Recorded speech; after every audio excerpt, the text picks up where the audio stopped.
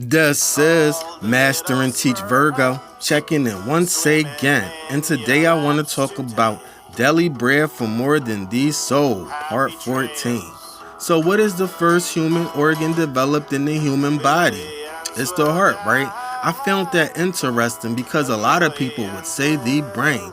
So to understand this, you really need to look into the process of after conception.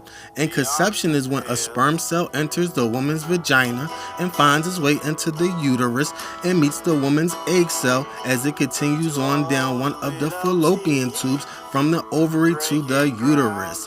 So as I went through all this, I found out the heart actually has two stages, which I found interesting also. But as I continued, I discovered that two brains are talked about. At least that's the way it was presented to me. Because unlike how the heart was described in stages, the brain wasn't. It was simply presented as two different things. And this is where I found out about something called the fetus brain. And this brain develops around 7 weeks after conception, which is 49 days to 55 days in my opinion. I use weeks and days when talking about this because it made more sense than trimesters for what I was looking into and to explain it. So what I came back to was the heart that people say develops before the brain, which is actually the second stage of the heart that stays with you until death. But when I looked at the first stage of the human heart, I seen it starts to develop around or come alive, and I found it to be the 5th week, which is about 35 days to 41 days in my opinion. And this showed me that before the fetus, the human embryo has a heart that starts beating.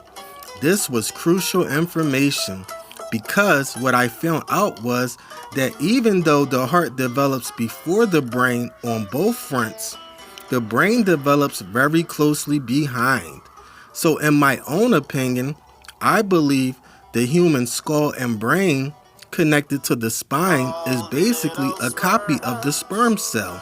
Skull would be the protective layer of the sperm that helps it survive the acidity of the vagina.